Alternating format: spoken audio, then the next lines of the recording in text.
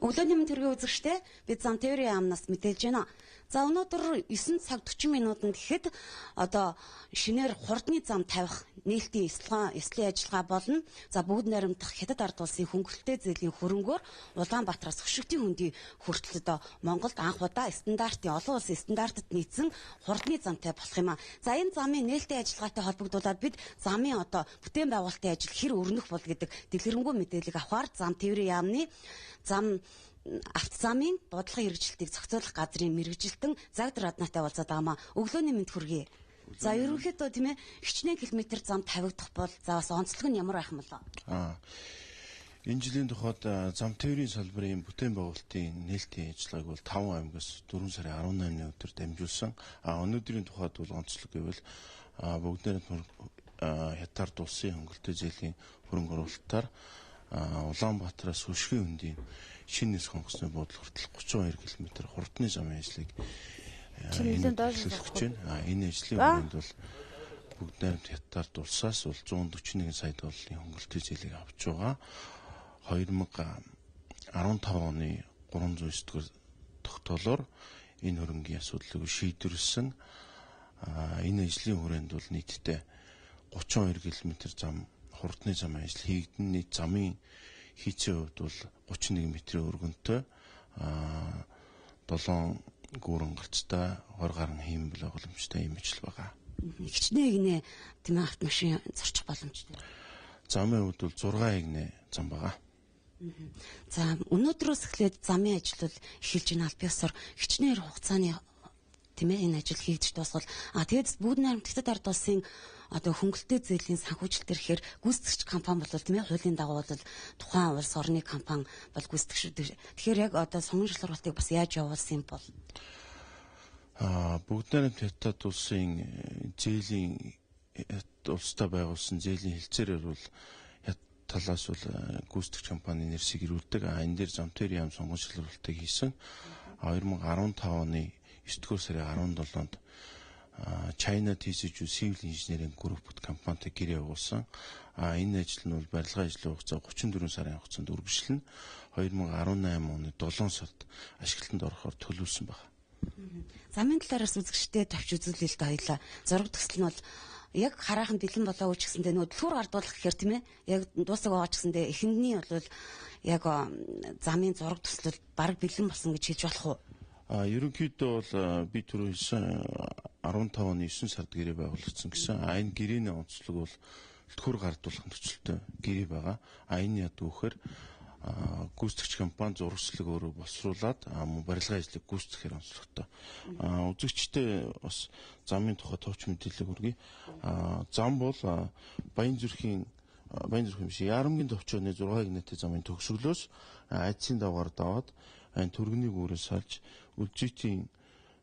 Үлжит хорооны урд дуур өнгөрөөд энэ бүхгийн давгаар даваад энэ Өшгийн хөндийдгэж нийлдэх ёстой. Энэ замын хувьд бол одоо зурагчлалын ажил хийгдээд дуусж байна. Одоо зурагчлалын ажлыг улсын экспертизээр батлуулж бэлэн болж байгаа гэж ойлгож байна. Бас өөр тэмдэг зургууд шүү дээ. Энд дээрээс тайлбарлал. Ерөнхийдөө бол зурагчлалын хувьд одоо ингээ хийгдэж явж байна л да. Энэ жишээ нь нисэх буудлыг хурдны замтай болсон холболтын цэгийн зургууд харагдаж байна. Одоо ерөнхийдөө хурдны замын хийцийн хувьд бол олон давхар хийцтэй тусгаарлагдсан хөдөлгөөн тусгаарлагдсан юм замууд болох юм. Тухайлбал энэ дээр бас харагдаж байна. Энэ их замууд болно. За нийт 32 км замын одоо урттай байгаа шүү дээ. Тэр цаатлын зурган дээрээс бас одоо яг газар нутгуудыг дайрч өнгөрүүлсэн ерөнхий зурган дээрээс бас иргэдтэй харуулъя. Энэ замын хувьд бол засгийн газрын мөн тогтоолоор тусгай хэрэгцээнд авсан байгаа. Эндээс бол Ярамгийн товчооноос Өшгийн хөндий хүртэл бол замын тэнхлэгээс хааш хаашгаа 2 км тусгай хэрэгцээнд авсан. Энд бол одоогийн байдлаар бол бас газар олгогдсон, зөвшөөрөл авсан 1600 гаруй цагийн товцлогсон.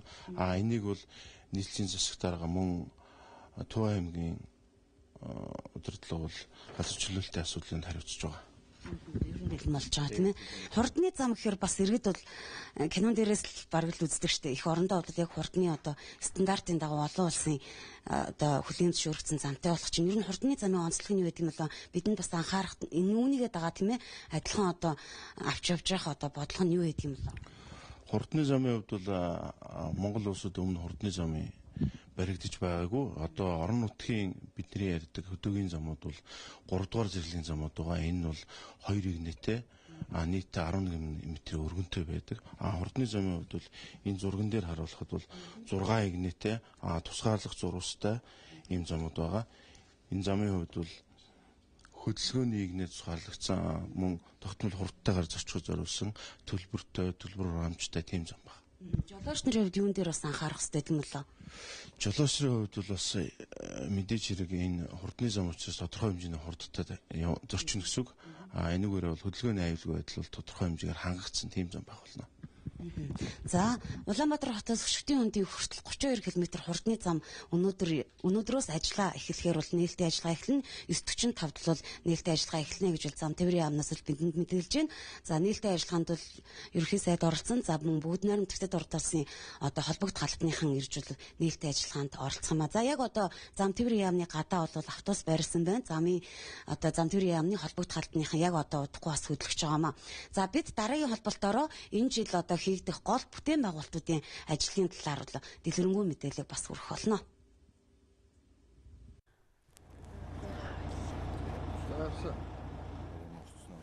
За энэ бол бид мэдээлээ зам тээврийн яамнаас бэлтгэн хүргэж байгаа. За өмнөх нь бид нар одоо шинэ хурдны замын одоо бүтээн байгуулалтын ажил хэрхэн үргэлжлэх бол за хурдны замын талаар мэдээллүүдийг хүргэсэн бол за энэ жил хийгдэх одоо гол бүтээн байгуулалтуудын талаар тодруулахаар бас бэлэн болоод байна. За энэ өглөө бидэнд мэдээллийг зам тээврийн яамны одоо албаны дарга Загдраднаа бол хүргэж байгаа. Энэ жил ер нь хичнээн төсөл хөтөлбөр хэрэгжих вэ?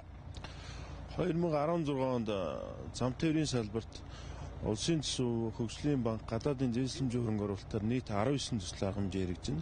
Энэ төсөл арга хэмжээнд 96 тэрбум төгрөгийг зарцуулахаар төлөвлөсөн байгаа. Энэ оны тухайд бол нийтдээ 1018 км замын барилгын ажил он дамжин хэрэгжинэ. Үүнээс 240 км замын ажил шинээр эхлэхээр төлөвлөсөн байгаа. Энэ бол бүгд найрамд Пятад улсын хөнгөлөлтөө зээлийн хөрөнгө оруулалтаар 3 ажил эхлэхээр төлөвлөсөн байгаа. Нэг нь бол энэ Улаанбаатараас Өшгтийн хөндийн чиглэлийн 32 км хурдны зам, мөн 2 орон нутгийн зам байгаа. Баян-Онгор Байдиргийн өнгөр чиглэлийн 129 км зам, мөн Тосон цэнгэл Улаастай чиглэлийн 114 км замын ажлууд эхэлнэ. Гүүрийн барилгын ажлын хувьд бол 4 цэг дээр 970 урт метр гүүрийн ажил явагдаж байна. 3 гүүрийн ажил он дамжиж ирэгдэнэ. Мөн шинээр Увсан аймгийн Шиврэн голын гүүрийн ажил эхлэхээр төлөвлөд байна. Орон нутгуудыг холбох тэмээ замын ажил ямар байгаа вэ? Энэ жилийн хувьд бас хичнээн зам шинээр тавигдах боломж харагдаж байна. Орон нутгийн замын хувьд бол шинэ бүтээн байгуулалт зорилттой өрөөнд бол бүх аймагуудыг нийслэлтэй автобустай замаар холбохоор төлөвлөсөн. Энэ ажлын хүрээнд 2012-оос 15 онуудад бол нийтдээ 6 аймгийн хатуучтай замаар холбосон байгаа. Одоо бол зүүн талд Оронд аймаг, баруун аймагуудад бол Говьлтай, Завхан, Ховд, Ус, Баялаг гээд 5 аймаг нийтдээ 6 аймаг хатуучтай замаар холбогддог байгаа. Энэ ажлуудын хувьд бол Дорнод аймаг ямар ч үсэн энэ жил 143 км замын ажил үлдсэн. Энэ ажлыг гүйцээгээд Дорнод аймаг ямар ч үсэн холбогдсон. Бусад аймагуудын хувьд бол холбогдох замын ажлуудын эхлэн юмнууд нь эхлээд явж байна. Тухайлбал Баян-Онгороос Говьлтай чиглэлд төр хөвчлийн түншлэлийн хүрээнд 126 км замын ажил эхэлж байна. Мөн Хятадын зээлээр 129 км замын ажил эхэлнэ. Энэ ажил баригдчих юм бол Говьлтай аймаг холбогдоо явчихна. Завхан аймгийн хувьд бол одоо үндсэндээ Тосон цэнгэл холбогдсон ба Тосон цэнгэлээс цаашаа 114 км замын ажил эхэлнэ. 167 км замын ажил үргэлжлээд дуусчих юм бол одоо ингээд Завхан аймаг холбогдох бүрэн боломжтой болохоор байгаа.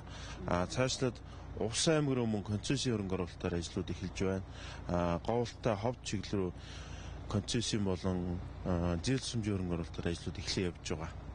Энэ жилийн хувьд бол өмнөх жилүүтэй харьцуулахад бол замын бүтээн байгуулалтын ажил эрт эхэлсэн шүү дээ. 4 сар гээд эхэлсэн. Тэгэхээр энэ чанарт нөлөөлөх үү? Ер нь замын чанарыг сайжруулахад юун дээр анхаарч байна вэ? Монгол инженерууд маань бас замаа бол тавьж сурж байна, сайн хийж тавьж байна гэдэг байгаа шүү дээ. Энэ дээр Ер нь бол энэ жилийн тухайд бол замын ажлыг бол бид нэр 3 сараас эхлүүлэхээр ярьсан. Газар дээр нь явж юмаа төлөвлөсөн. Тэгээд 4 сарын 18-нд 5 аймгаас зэрэг замын барилгын ажлыг эхлүүлсэн байгаа.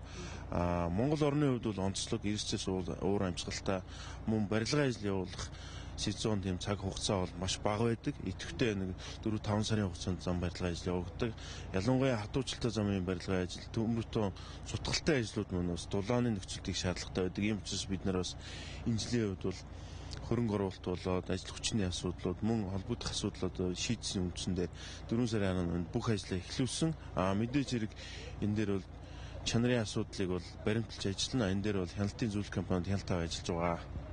Сэлэнгэ аймгийн ерөө сумд гэхэд төмөр бетонын гүр энэ жил тийм ээ ашиглалтанд орохоор одоо тавьж байгаа. Монгол инженерүүд бүгднийг нь бол өөрсдөө хийжсэн. Бид нэр газар дээр нь очиж ажиллахад тэгэхээр яг дараа нь чанар дээр яг одоо эргэж шалгах ч юм уу тийм ээ энэ хяналт нь сайжирсан юм уу ер нь өмнөх жилүүтэй харьцуулахад? Хяналтын хувьд бол өмнө бол бид бол өөрсдөө захиалагчийн хяналтыг бол захиалагчийн эсвэл 1-2 хоног бүрэлдэхүүнтэй баг ажилладаг байсан. Одоо бол хяналтын бол хөндлөнгийн компани хяналтын баг ажилтдаг болсон. Энэ нь бол дор хаяж нэг 10 гаруй хүний бүрэлдэхүүнтэй ажлынхаа хэмжээс хамаарна. Хяналтын баг өдөр тутмын хяналтыг хийдэг. Ингэснээр бол зам барилгын ажлын чанарт бол агш дэвшил гарч байгаа. Тодорхой хэмжээний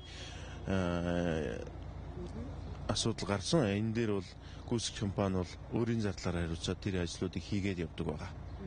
За үзэгчдээ энэ өглөө бид зам тээврийн яамнаас та бүхэнд мэдээллийг хүргэлээ. За өнөөдөр бол Улаанбаатараас Хөшигчийн хөндийг хооронд холбосон хурдны зам бол одоо үйл ажиллагаа нь зам одоо Бүтэн Монголын ажил эхлэхээр бол нээлттэй ажиллагаа эхэлнэ. За нээлттэй ажиллагаанд оролцох холбогд хаалтныхан бол яг зам тээврийн яамны гаднаас хөдлөхөд бол бэлэн болоод байна. За энэ өглөө бидэнтэй хамт байсан үзэгч та бүхэндээ баярлалаа.